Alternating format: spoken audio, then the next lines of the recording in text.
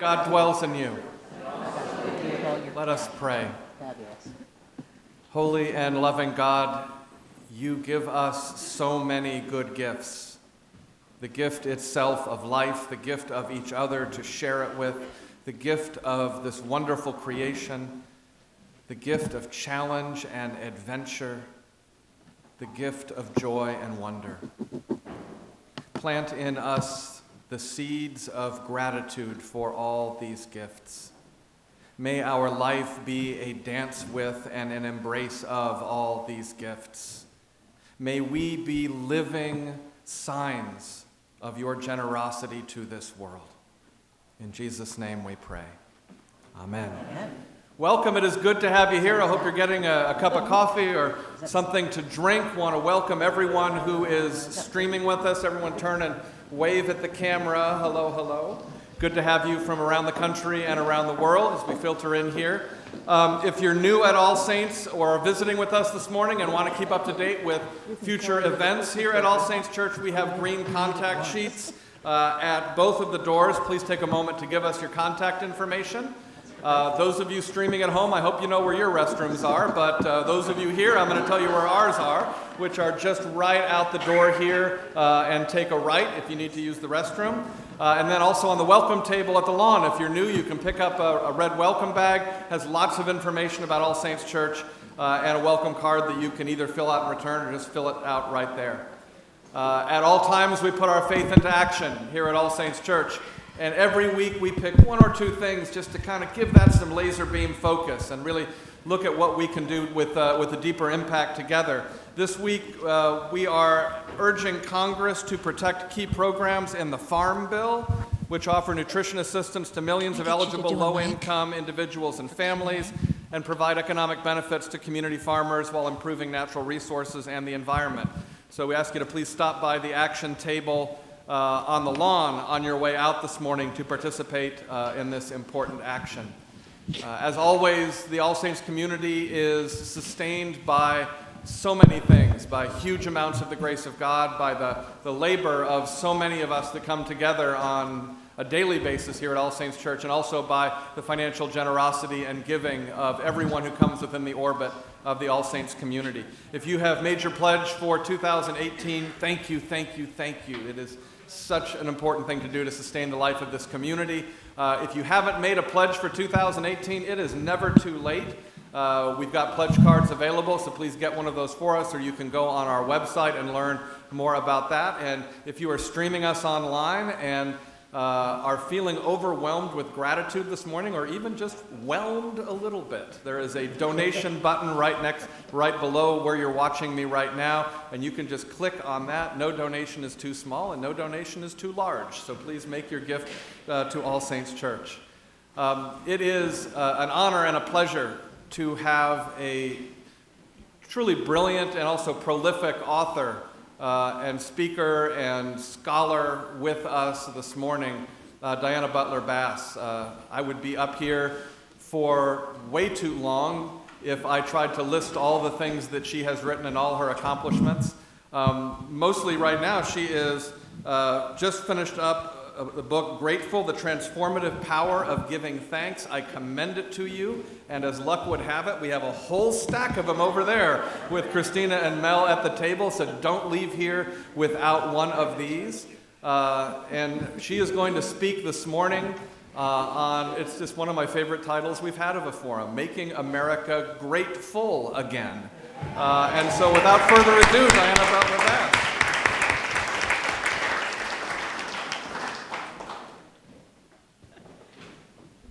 I forgot to tell Mike, because they're having me preach at the 11:15, I pre-signed those books. So if anybody wants a book that is signed, those are already done for you. Oh, my goodness gracious. This is the third book that I have come to All Saints with at a very early time in a book's life. I was here on the birthday. It was the very first day that my book called Christianity After Religion was born. And then I came here just a few weeks after Grounded, which was my next book, and then this one. I have not written just 3 books. This is actually my 10th book. I can't even believe it. My mother, when she was alive, used to joke with me, and she said that if I had lived in the 19th century, I would have 8 children and 1 book. But as it was, I wound up having a lot of books, and I have a beautiful daughter, and I don't think she's watching the live stream because she's sitting on a beach in South Carolina right now. So I'm far away from my beautiful girl during Mother's Day. I am excited to share this one with you because 10 books teaches you a thing or two about being an author. And I want to begin with that. The 9 books that I wrote before Grateful are similar in some ways. And that is, many years ago, I got a PhD in religious studies from Duke University. And since that time, I had been teaching, and then I worked in the media for a while and started writing books, doing freelance kinds of educational events, leading clergy conferences, more teaching.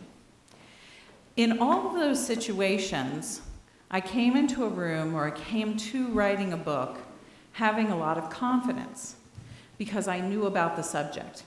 I've written about congregational development, I've written about social trends, I have written about the life in congregations, I have written about spirituality, and I have written about church history.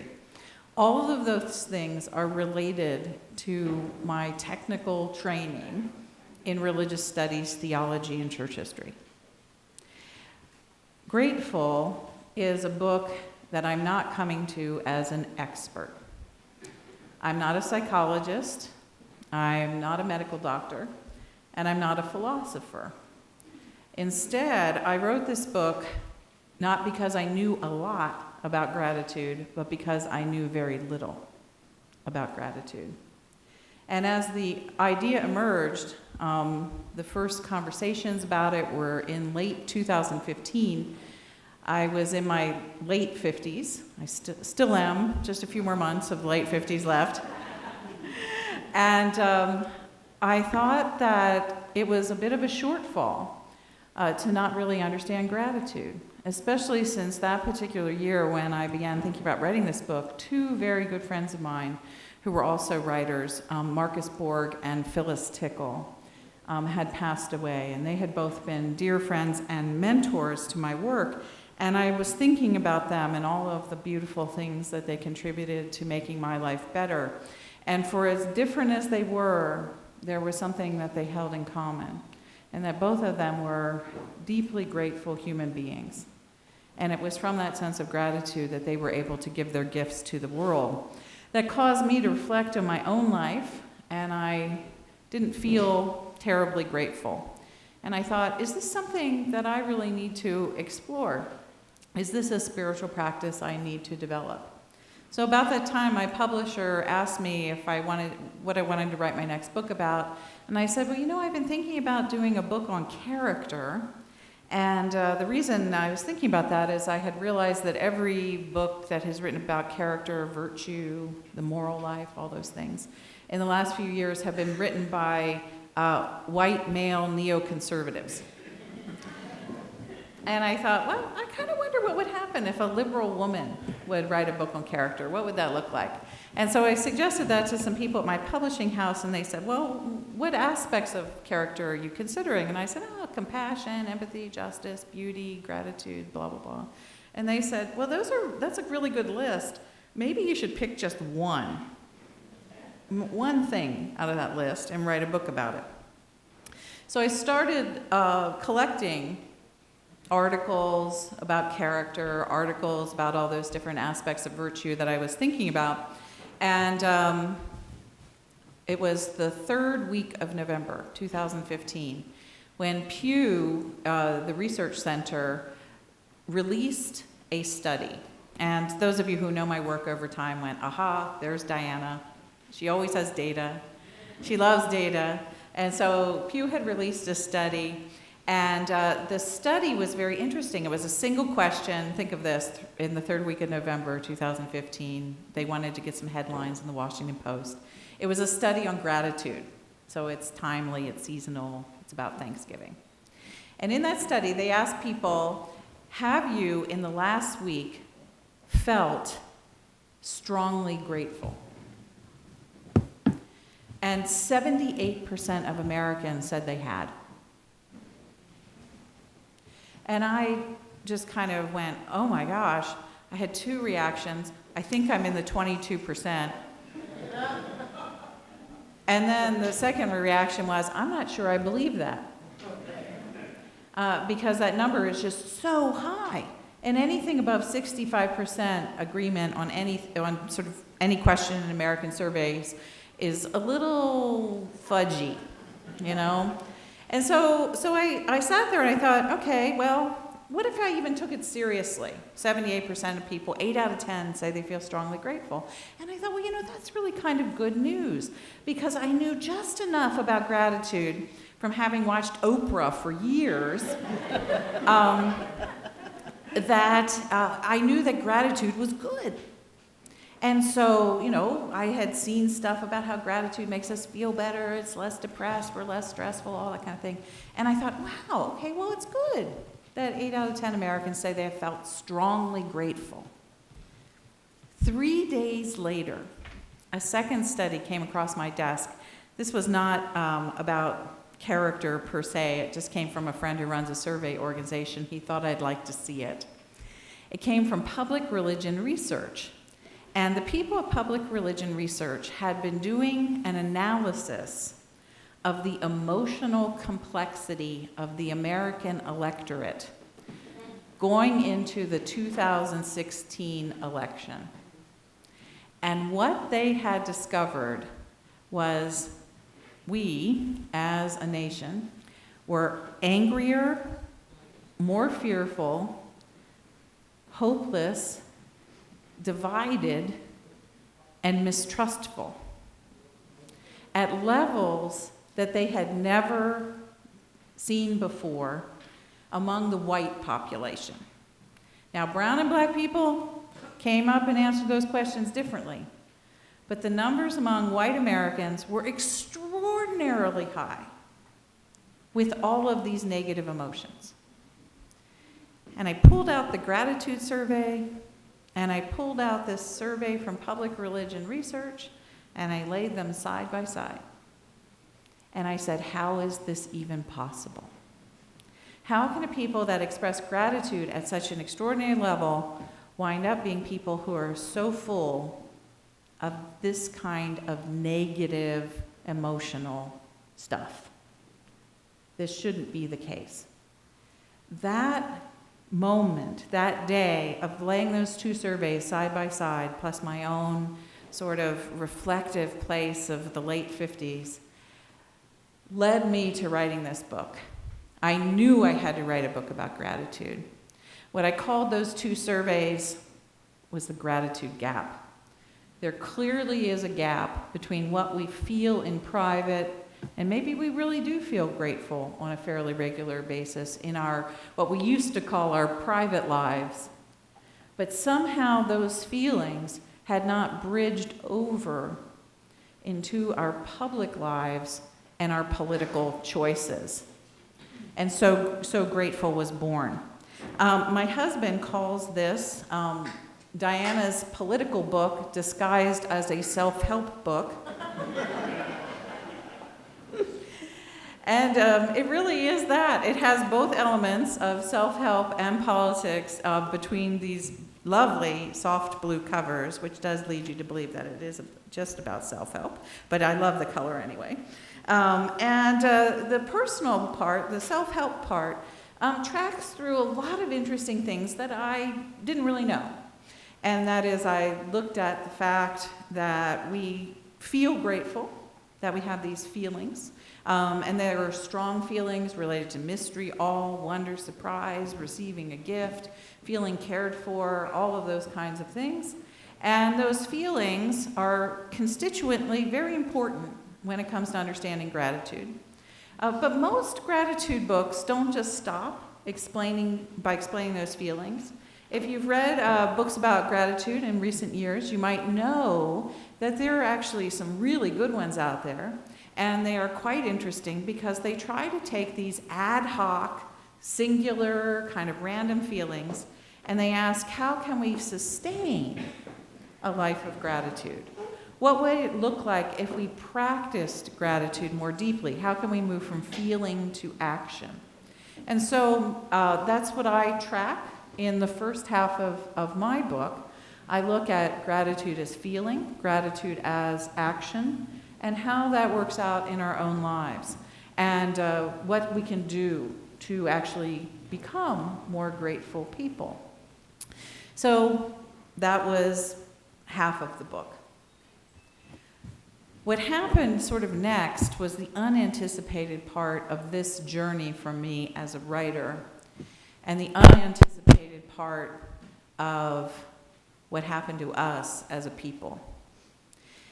I just said that the book was basically born in late 2015. The contract was signed in the spring of 2016. The due date for the first draft of the book was April 30th, 2017. And so who would imagine that they were going to be writing a book on gratitude between April 2016 and April 2017 as they happened in our culture? Indeed, I'm reading all these lovely books about gratitude, scientific studies, psychological research, research in medicine. There's some amazing stuff. I had to learn all new languages. I had to learn how to read psych research. So for me, like I said, it wasn't an expert book. It was a learning book, which was fascinating and wonderful. So I'm doing all this work, and the television is on, and I start noticing all of this negativity, all those things that my friends at Public Religion Research said were in the electorate began showing up at rallies and in speeches. And there were actually, terrible acts of violence at these rallies. I had friends who were reporters who were coming home from covering political events, and they were telling me that they were terrified by what was happening, and that they were just trying to do their work. And that was, of course, on top of what had already been going on with things like Black Lives Matter and the violence against young black men in the streets of America in particular. And it became so much that it was really hard to concentrate on writing a book about gratitude because I didn't feel grateful. I felt scared. As a matter of fact, when it came to those two surveys, although I would not have answered the stuff about being scared, fearful, and mistrustful in 2015, by the time 2016 was rolling around, I was feeling a lot of those negative emotions. And so I said to myself,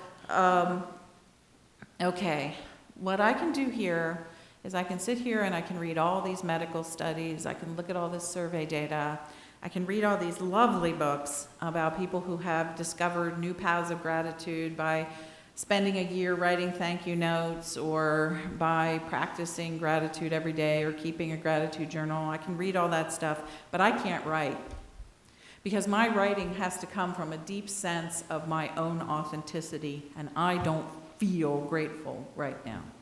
So I just will put this project on the side. There's plenty of months. I'm a quick writer. I'll pick it up on November 9th when everything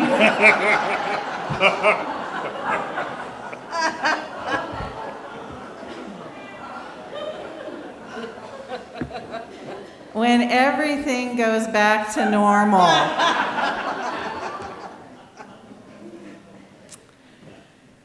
On the morning of November 9th, I was laying in my bed with my covers over my head, and my husband walks into the bedroom.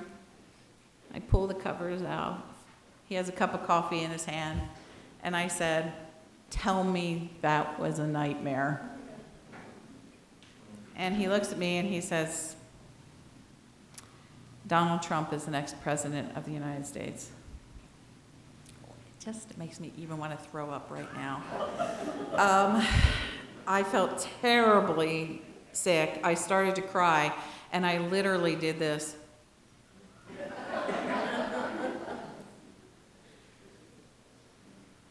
I didn't think about this book for about 6 weeks because I live in the suburbs of Washington, D.C. I was actually busy trying to find out if my neighbors were eating and if they were still alive.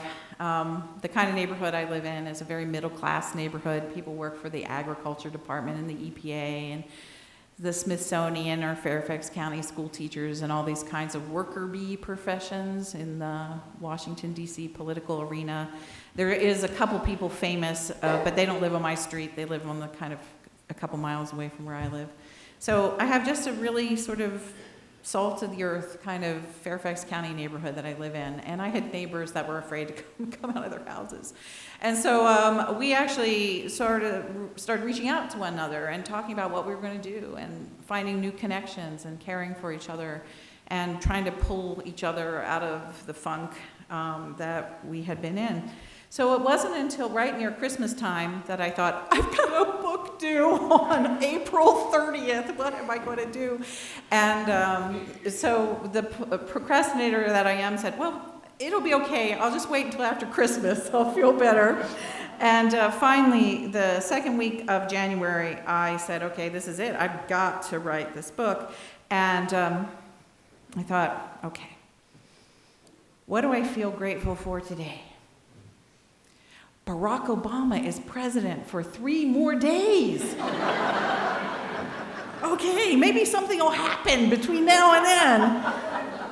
And so I sort of pulled myself up, went into my office, and I wrote for 5 hours. And that became the next 100 days of my life. It became a little bit of a joke at the publishing house that Diana was writing a book on gratitude during the first 100 days of Donald Trump being president of the United States. They're pretty sure that I'm the only progressive Christian woman anywhere in the world who was doing this. And it literally went into, the first draft was submitted on that 100th day. That was not planned. It just sort of happened that way. And on that day, after I had submitted the book, I sat down at dinner with my husband, Richard, and he looked at me and he said, you know what? That book, writing that book, it saved you. And I looked and I said, you're right. And he said it would be an entirely different book if all of this horrible stuff hadn't happened. And it was that context that became the backdrop for the second half of the book. Because gratitude, practicing gratitude for 100 days during the first 100 days of Donald Trump did save me in the sense that I learned how to gratitude journal, I learned how to say thank you. I felt much better on a personal level. I began to see how feelings come and go, but practices and habits of gratitude are sustaining and rich. And those things can seed the arena of our emotions so that we actually do eventually feel better. But I began to notice something else, that it's not just about me, it's about us. I began to see that there was a lot of talk about gratitude in our political and social lives. And at first, it all came out in a fairly surprising and somewhat negative way. That was the current president of the United States talks about gratitude all the time. And I wouldn't have noticed it unless I was writing a book about gratitude. One of the first moments in which this came into my field of vision was, I'm sure some of you remember this, the cabinet meeting. Yeah. Where they were gathered early in the presidency in the office in the West Wing, and all the cabinet officials went around a circle, and the cameras were on this, and every one of them had to say something they were grateful to Donald Trump about. And like Reince Priebus said, oh, I'm so grateful that I've had this wonderful opportunity to work for you. This is the greatest blessing that I've ever had in my entire life. Thank you for the privilege of this. Thank you for inviting me to be part of your cabinet. And then they all went around like Tillerson and Sessions and a whole bunch of people that still don't even work at the White House anymore. I can't keep track of it. I'm so glad Rachel Maddow can. She's got her wall there. And they all said thank you. And then a few weeks after this, there was the infamous Thanksgiving, I guess it wasn't a few weeks, a few months after that, there was the infamous Sarah Sanders Thanksgiving press conference where she got up in the West Wing and right in front of the press corps, and it was the Wednesday before Thanksgiving vacation. And she said, okay, you people are so rude to me. She didn't have any clue what was coming, I guess, but she said, you people are so rude to me, and you're just really not all that nice. What I want to do today is before any of you can ask a question, you have to give me something you're thankful for. And the camera pulled back, and you could see April Ryan's face. You couldn't ask a question until you told them that you were grateful. And so someone raises their hand and starts asking a question. She says, you didn't say what you were grateful for. And so the person said, pumpkin pie, or something like that, and then asked the question anyway. And so every one of the press corps had to ask a question, give a thank you before they could ask a question. Or there was the moment of the president's Twitter tirade against the UCLA basketball players, who were arrested in China supposedly for shoplifting, and then they were freed by somebody who works in the State Department. The president took credit for that, and he got really angry because none of the people said thank you to him. And he got on Twitter and he started trashing them, and one of the players' dads came on and said, hey, look, that's just the responsibility of the State Department and the President of the United States. We don't have to say thank you for doing your job. And then the president turned on him in particular and started calling him an ingrate and all these kinds of things. He's called the mayor of San Juan, Puerto Rico, an ingrate. He said that people don't thank him enough. The Republican National Committee had a commercial at Christmas time last year where it had people from all over the United States saying, thank you, Mr. President, for our tax cut. Thank you, Mr. President, for this. The best one was at the very last scene. It was a little girl who was in a Christmas dress. She was standing in front of a tree, and she said, and thank you, Mr. President, that we can all say Merry Christmas again. Okay, so I'm writing a book about gratitude, and all of a sudden I start seeing all this stuff. And I think to myself, oh my gosh, I don't want any part of that kind of gratitude.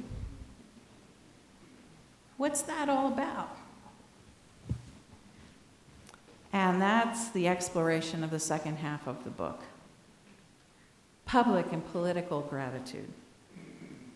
What I realized, of course, is that Trump was modeling the underside, the corruption of gratitude.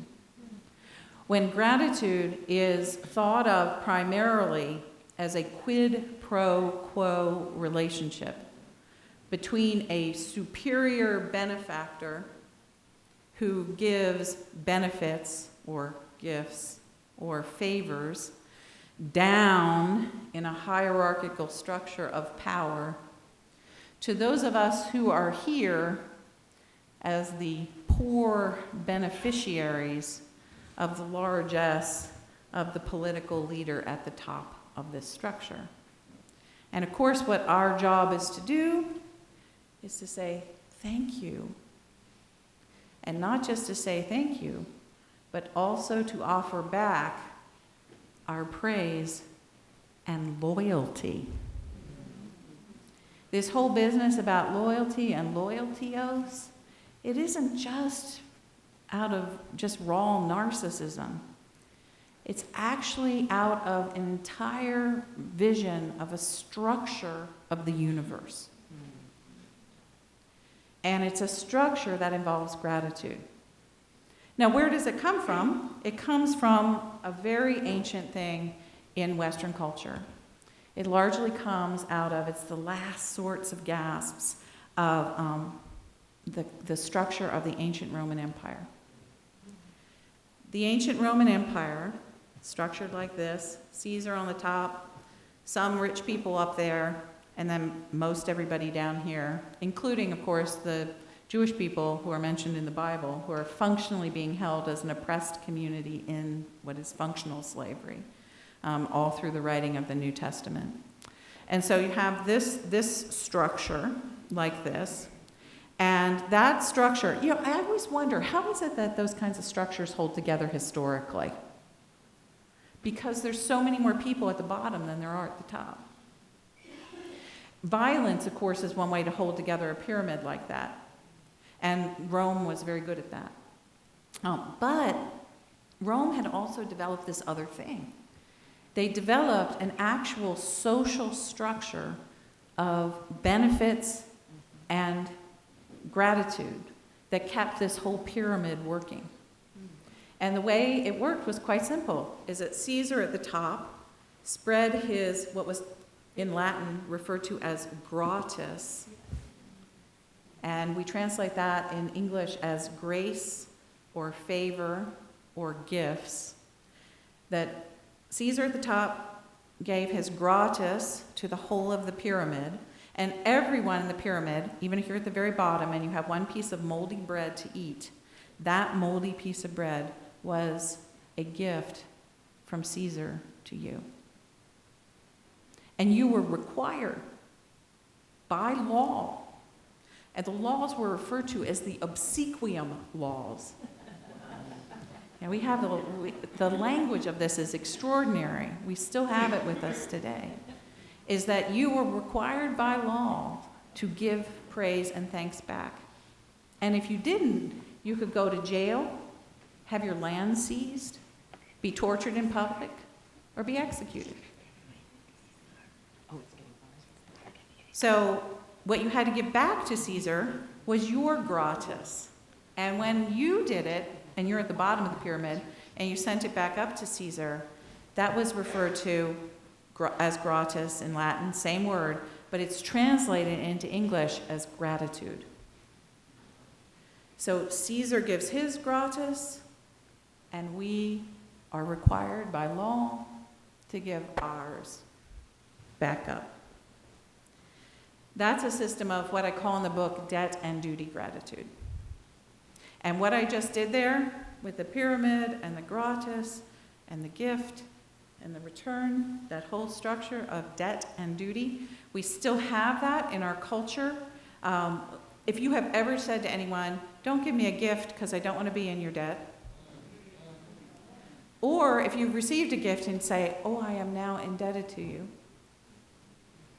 You have gotten that out of this ancient vision.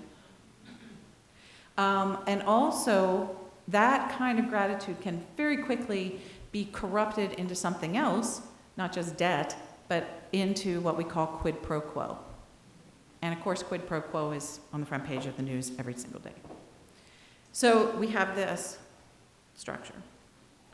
And if you read the New Testament, and also the Hebrew Bible does the exact same thing, but it's not talking about Rome, it's talking about actually Egypt and Mesopotamia and those other cultures, which were also these kinds of cultures held together by these kinds of systems.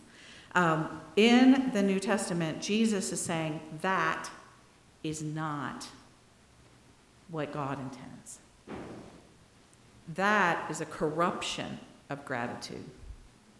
Gratitude is not debt and duty. Gratitude is gift and response. And Jesus uses the image of the table as the primary way of contrasting the structure, the deep reality of the structure of the universe that God dreamed and uttered into being with the universe that Caesar has constructed, which turns gratitude into a commodity of control and a way of maintaining power in an unjust system. And so gratitude in our public lives should never be this. And if you're a person of faith, a Christian, a Jew, it's the same way in Hinduism, in Buddhism, in Sikhism, in Islam, all those other great spiritual traditions, those traditions of wisdom that are the great world religions, never ever treat gratitude as quid pro quo or debt. They all treat it in the same way, as a table. As a table that exists in a universe of abundance that was created by gods or the God. And it is a table where we sit with all kinds of people that we never expected to be at the table, where we share and pass gifts to everyone. We owe no debts. Every gift is free. And that as a result of that, our lives are full of thankfulness and we pass gifts on. In the book, I refer to this alternative structure as gift and response gratitude, as over and against debt and duty gratitude. And that's what became so powerful for me. Not only was it about writing in my gratitude journal every day and feeling like there were things to be grateful for even through the political pain and the confusion and the doubt and the fear of the days, but that with my eyes attuned to gratitude, I began to understand that we are actually living in the middle of a huge cultural argument right now about the nature of gratitude, and that it is one of the fundamental themes of our politics, and most of us have completely ignored it. And yet it is being deployed right now in ways that are so violent against most people that it has now is becoming clearer. We do not have to have that kind of gratitude in our politics, but what if we had a politics of this kind of gratitude? I want to just stop there and have just a couple questions to be asked, and we'll have to. I'm preaching at 11:15, so I think this will be about 7 to 10 minutes long that we can do this. Thank you so much. Thank you very much for this.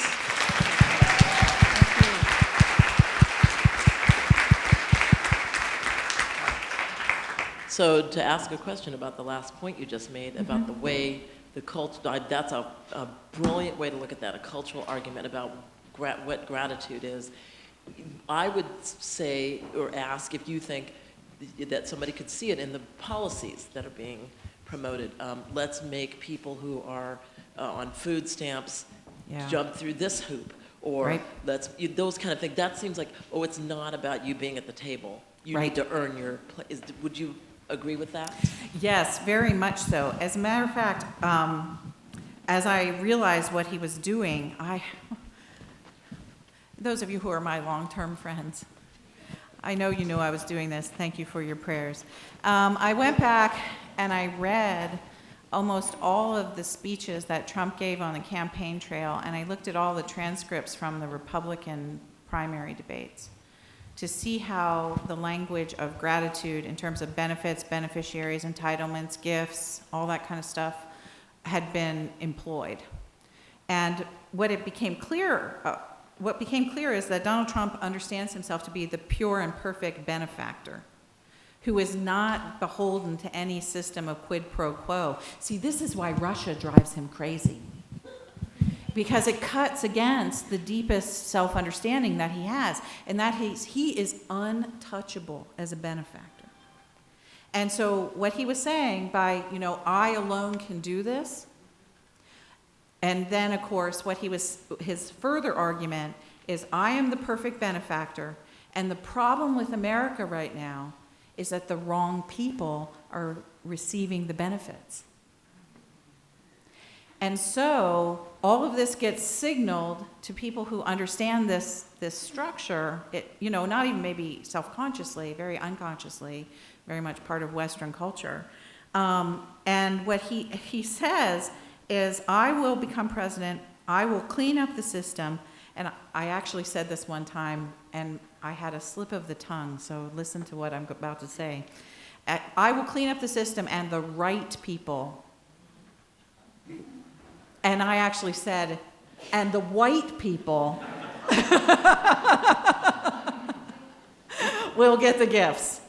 And meanwhile, I'll get rid of everybody else, the people who don't deserve it, those lazy welfare cheats, and the people who are cheating the system by jumping in front of everybody in line in immigration. Get rid of the immigrants. And of course, there's a whole bunch of other people you can get rid of too.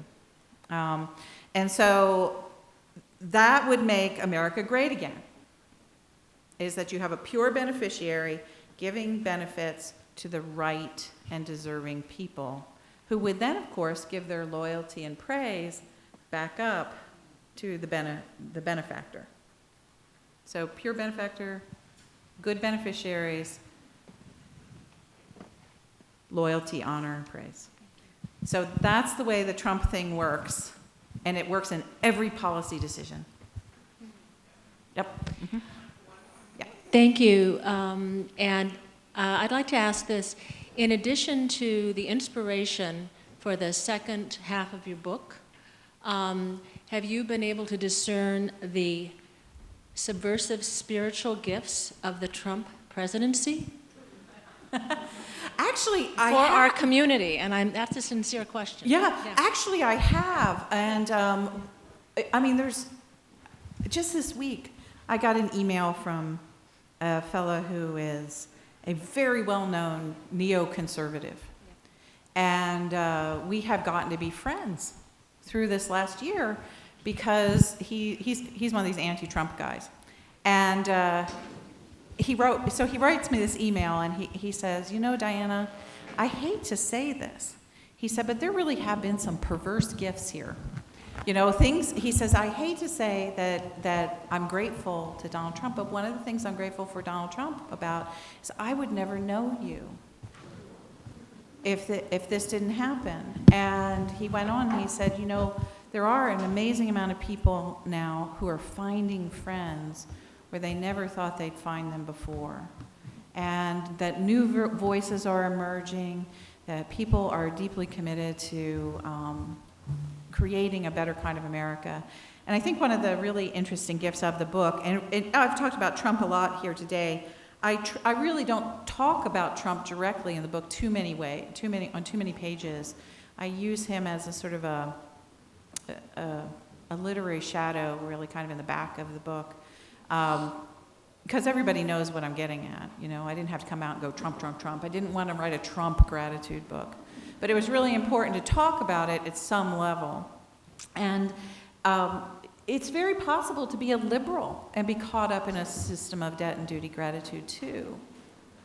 And so what I do in the book is I take down the pyramid, and it creates this, and it's really funny who shows up at that table.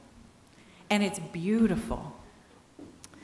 And there have been incredible gifts, and several of those gifts I write about in the end of the book, including going to the Women's March and some other amazing, amazing moments of my own life, of seeing gifts afresh and realizing the power of what it really could mean to be in America that took Thanksgiving terribly seriously. And so the summary of the book, in a very real way, is that I learned in this long process of writing this book that gratitude is resilience. And that's what you'll learn from an amazing number of wonderful writers, people like Brene Brown, people like Robert Emmons, who teaches at Davis.